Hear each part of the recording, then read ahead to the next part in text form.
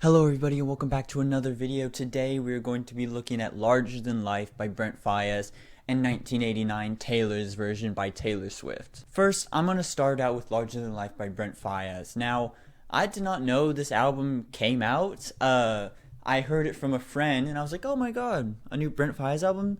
That's cool, I'll listen to it. I liked Saunderson. I wasn't the biggest fan of Wasteland and Fuck the World, but I also don't think those were bad albums. And so I was like, this might be good. I think there might be a few songs that I'll really enjoy.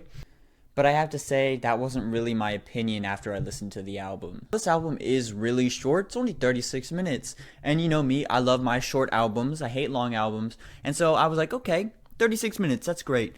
But it is 14 tracks long, which makes most of the songs around 2 minutes or even under 2 minutes, which are really short. And I think that's my biggest complaint about the album, is that all of the songs are really short, and so there's not really any substance to any of them. And so to me, I remember like listening to it and I was like, okay, that song's pretty good. And turns out I was listening to the song like 2 songs in front of it because it already ended a while ago. And so that's my biggest complaint about the album. We'll just get that out of the way. I think a lot of the songs are really short.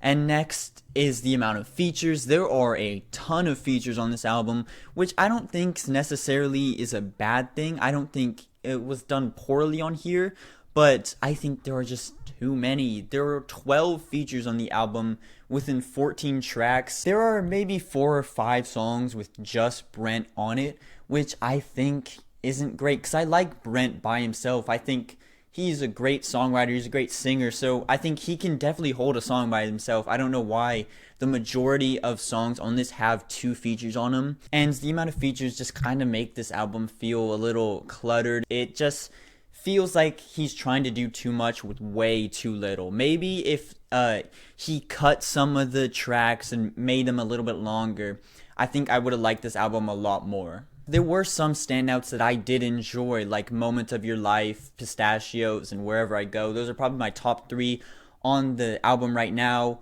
But the majority of them kind of just felt pretty basic and forgettable to me. None of the songs like really stood out to me, except the 3 I mentioned. Those were the only ones I was like, okay, I would probably listen to this again.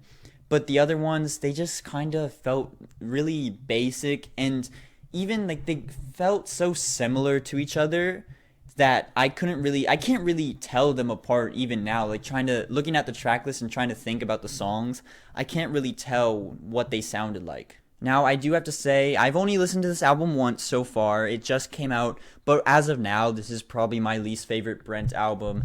I thought originally Fuck the World was my least favorite, but this I think is worse than that, or maybe it's on the same tier as it. I haven't really listened to that album in a long time, so maybe I had to go re-listen to it. I don't think this is anywhere near as good as Saunderson or Wasteland. Now, I wasn't the biggest fan of Wasteland, but I still think that has more to it. It has more like substance. I think the interludes work better within the album. The songs work better together, and it kind of has a theme throughout, which this one I didn't really get anything. I thought, to me, it just felt like this was an album just so Brent could say that he released music this year. But anyways, after listening to Larger Than Life by Brent Faiyaz, I don't like it. I thought it was pretty average. Most of the songs didn't stand out to me. There were a couple, but I think it's just really short. I think there are too many features, and it just doesn't feel like anything. It just feels like it was made to be made, and that's it. Next, we have 1989 Taylor's Version. Now, before I get started, I just want to say I'm only reviewing the new songs that were added from the vault. I didn't listen to every single song that was re-recorded. I know. Don't yell at me, but I did listen to the original 1989. This is only going to be over the 5 new songs that were added, plus the Bad Blood song featuring Kendrick Lamar, because why not? Now, I have listened to all of the Taylor's versions, Fearless, Speak Now, Red, in 1989, and I would say this is probably my favorite of them all.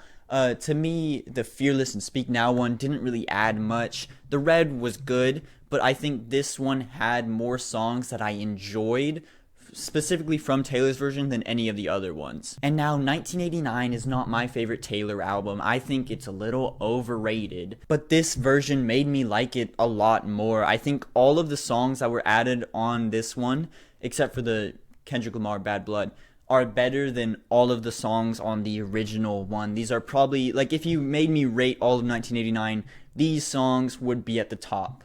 I just think she really hit it out of the park with this version. I think all of the songs fit together, not only with each other, but with the whole 1989 aesthetic of the more like poppy and 80s sound, especially on the Taylor's version. She really leans into the more 80s sounds, which I think she tried to do with the original, but couldn't because, you know, the label thing. I don't know the whole story, but I think this album is pretty damn good. So after listening to 1989 Taylor's version, I'm gonna say I like it. Now it's only 6 songs. Now it's only 5 songs, but I'm reviewing 6, and I would say they're all pretty good. I would listen to all of them again, especially the 5 new ones that were added from Slut to Is It Over Now. Now I did say that all of them do fit together, and I think that's a great thing. There is a moment where some of them kind of sound similar, but I don't think that really matters. This album is good. It has the best 1989 songs on it, in my opinion, and maybe some of my top Taylor songs. I don't know yet. That's not an official cryptic statement, but could be a possibility. Anyways, thank you all so much for watching. I really do appreciate it. Tell me what you thought about both of these albums. I'm sorry this video is a little late, but I will see you guys in another, maybe next week, maybe in 2 weeks, maybe in 3, whenever the next big album comes out. I'll be here to review it. Thank you all so much for watching. I really do appreciate it. Like, comment, subscribe, share the video, tell everybody. Goodbye.